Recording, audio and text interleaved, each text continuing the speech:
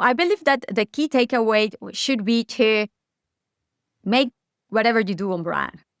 If you do whatever you do, you do whatever you do, the optimizing content, your web structure, web architecture, how you promote externally as well, not only on page but off page, and to become citation worthy, it should be on brand. And as long as it is aligned with that, it should compound, it should have a positive impact in one way or another. And then you will avoid falling into the trap of efforts that won't pay off, that are very off the actual ROI that you're looking to achieve.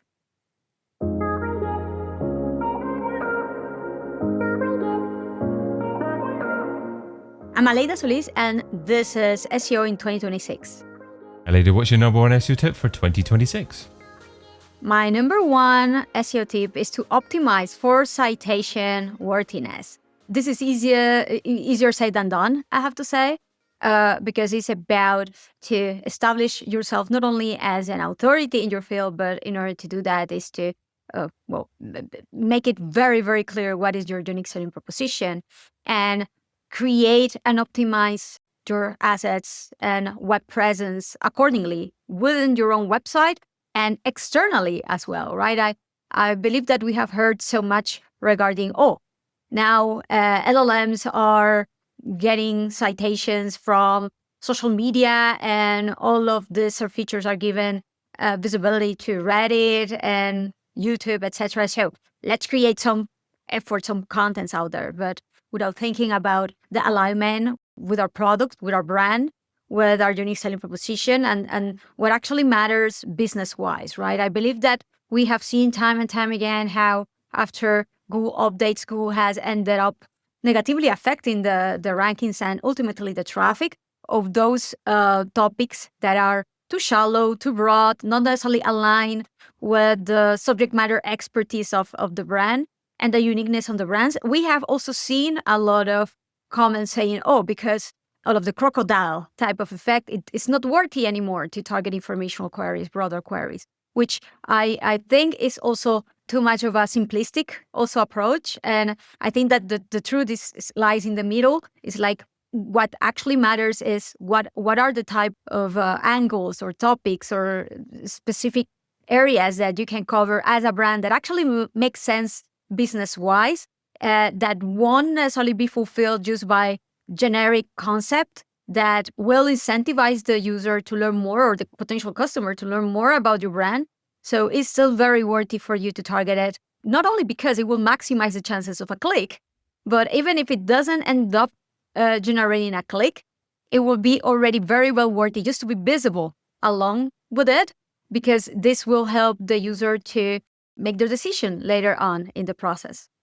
So you use the phrase subject matter expertise of the brand. So is this closely related to subject matter expertise of the individual, of experts within the organization? Is it possible to have multiple experts in the organization and publish great, incredible content and associate that with their personal name, but pass some of that expertise onto the brand?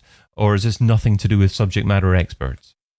Yes, it does. Has to do with subject matter experts. Thank you very much for bringing that up, because actual brands, actual companies, for example, if you are an online invoicing company, you very likely work or have in-house experts in accounting and invoicing, right? So one of the ways, let's say, I will say to establish this is to sharing unique, in-depth, helpful insights, resources, or advice that have to do with how to facilitate the life of those that are looking to start invoicing with their businesses or as a sole practitioner, if these are the type of audiences that you target, right?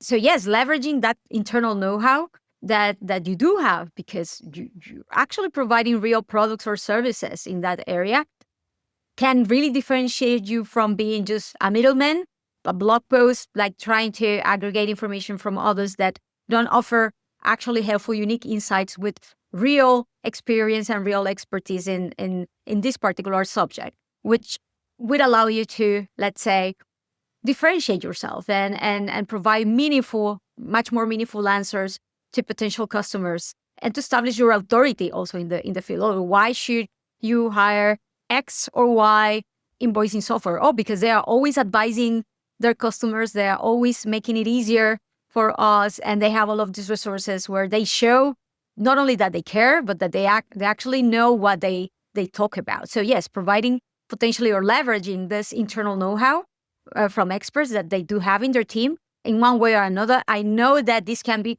a little bit tricky depending on the business, right? But I'm sure there are ways to work around that in order to be able to leverage that internal information.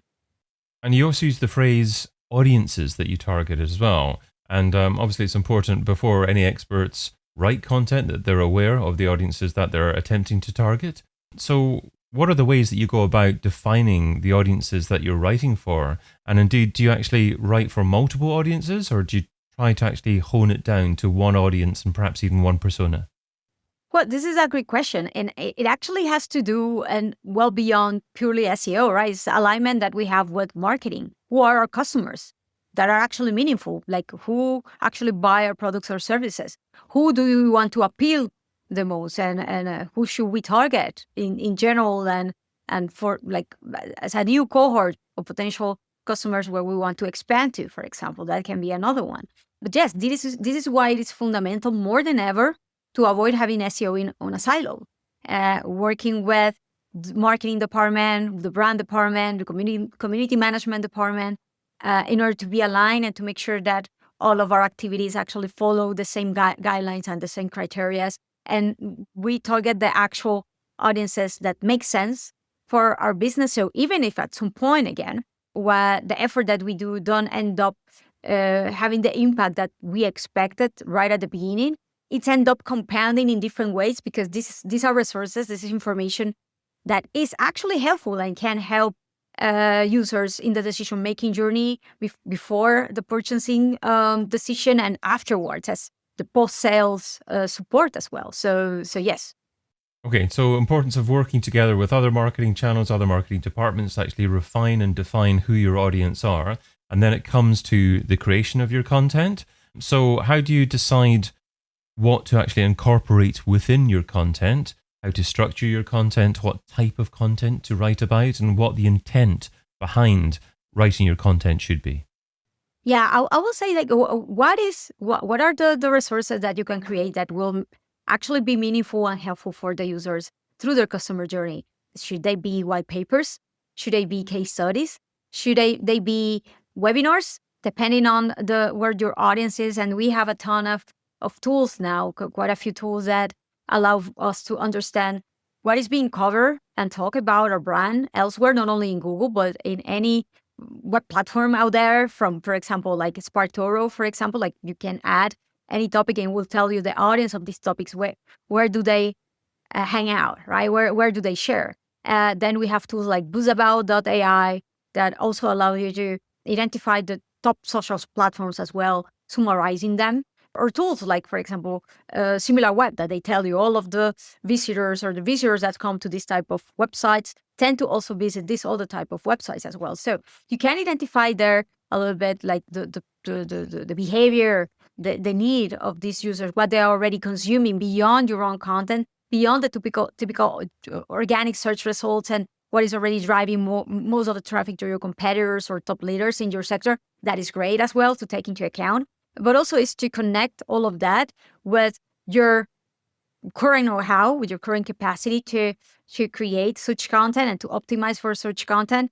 And also if it makes sense business-wise, right? Because potentially, maybe for other players, the most critical aspect will be certain product line or that for you doesn't actually make much sense to highlight at this point, right? But other type of product lines. But yes, I believe that is the connection between the audience behavior that you see online, not only search behavior, but behavior, what is already driving most of the value, the traffic, the conversions, not only to your site, but also to try to identify for your competitors and align that with your actual marketing and business goals and to make it actually meaningful, right? An example of this is that we saw, it was last year or at the beginning of the year, how very well-known websites that had blog posts and were fairly generic not necessarily that aligned with their own expertise, were attracting a ton of traffic that was lost all of a sudden in one of the Google core updates, right? And my question was like, why this platform was actually writing about these topics that were very off-brand, that actually were not meaningful at all. Many of these topics were like, for example, how can I create a CD, or how can I write this or that emoji on my phone, things like that. So, and this was a marketing platform, right? So nothing to do with that. So actually, like, yes, the traffic is missed, the traffic is lost, but this traffic, it's really meaningful for their actual marketing goals and objectives that they follow. So that is the type of criteria that I believe that is fundamental to have from now on in the future, is that is this really on brand? That should be the question that we should ask whenever we create anything. And this is a type of information that will end up not only getting most of the traffic, still getting traffic from the SERPs, even if it is informational, but also will tend to get cited in LLMs because it's something that you actually stand for and you are worthy to cite for, indeed. You talked about getting cited in LLMs there as well, but you also talked about getting known for something, and is it actually lining up with our brand guidelines? And one way that you could potentially do that is to use AI in the production, or at least the oversight of the content that you're producing. How much do you advocate using AI within your content production process? Whenever it makes sense to accelerate, but without taking off the quality and the uniqueness and what makes you you. I was talking about that and this topic. It was a week ago at an event, and someone was making the point of having your own internal learning system, training system that actually makes sense to create content that is actually unique from you, that is very aligned with your own RAM voice, that actually makes sense, and in scenarios that make sense. So, for example, FAQs at scale, where it can be actually more meaningful and helpful. But then also how it is important to align with the workflow of actual humans, of actual insights and data that is unique from you, that you can highlight in that and you can embed into that content in order to make it actually unique and different and much more worthy, let's say.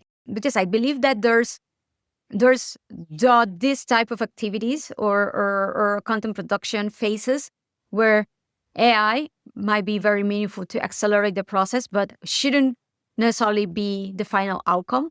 We shouldn't be looking to replace actual expertise, human expertise or experience with it either. Otherwise, all of the content generated out there will look too similar, very generic, not necessarily that insightful, and even mute or plainly bad advice at times, right? So you've offered quite a few tips on optimizing for citation worthiness, but obviously appearing on other sites, maybe appearing on ChatGPT or other AI search engines isn't necessarily going to result in direct traffic. So how do you track the impact of citations and measure the ROI of getting them? Well, this is a really good question. Thankfully, now we have more and more tracking platforms that allow us to identify dimensions of our brand. And this has to do a little bit also with branding and reputation management as well. That because of the format and UI and interface that LLMs have, the type of outcome that we will expect, the behavior of the user that we will expect, is not the same. It's not top 10 ranked pages where the outcome should be a click necessarily, right? Across so many scenarios and type of answers, the outcome that we can expect is that the user will be fulfilled by the answer and later on be influenced by that answer to make X or Y decision through the purchase journey. Follow up directly, or maybe in the future, maybe in another session, right? So it shouldn't necessarily be the outcome of a final the click from the user, right? What it is important though is that we make sure that, an example, if I am a top SEO consultant, that whenever someone searches anything regarding top SEO consultants or consultancies, I am there. And I am there reflected in a way that is actually aligned with my expertise. I don't want to be showcased as a link builder, for example, because I am not, but I want to be showcased as a strategic SEO that works globally with global brands, et cetera, right? So I believe that is important. Also, the sentiment of the answers, right? More and more LLM trackers allow you to also identify that. And I believe that is also key to do to better understand it across many scenarios and circumstances. You're included, but the inclusion doesn't show necessarily like your brand in a good light while they do it for other brands at the same time, right? And also, not only for non-branded queries, but for branded ones. This is something that I do as well. And I believe that because of already some of the top prompts that some tools are already showcasing, more and more users are doing it, like using it for comparison, for analysis, decision making, rather than just the typical question about give me a recommendation for X or Y, but like do a comprehensive comparison of these 3 brands and showcase the pros and cons for this type of scenario or this type of functionality that I'm looking to hire for my business in the next 6 months, things like that, right? So it is fundamental that we take that into account in order to make sure that, yes, we do have enough information that is aligned with that and that allow us to be showcased for that, not only on our website, but across the web in general, to be citation worthy for this type of answers, indeed. Aleyda, what's the key takeaway from the tip you shared today? I believe that the key takeaway should be to make whatever you do on brand. If you do whatever you do, the optimizing content, your web structure, web architecture, how you promote externally as well, not only on page, but off page. And to become citation worthy, it should be on brand. And as long as it is aligned with that, it should compound, it should have a positive impact in one way or another. And then you will avoid falling into the trap of efforts that won't pay off, that are very off the actual ROI that you're looking to achieve. Aleyda Solis is an SEO consultant and founder. Find out more over at aleydasolis.com. Aleyda, thanks so much for being part of SEO in 2026. Thank you for the opportunity. I've been your host, David Bain. Get your copy of SEO in 2026, the book, over at seoin2026.com.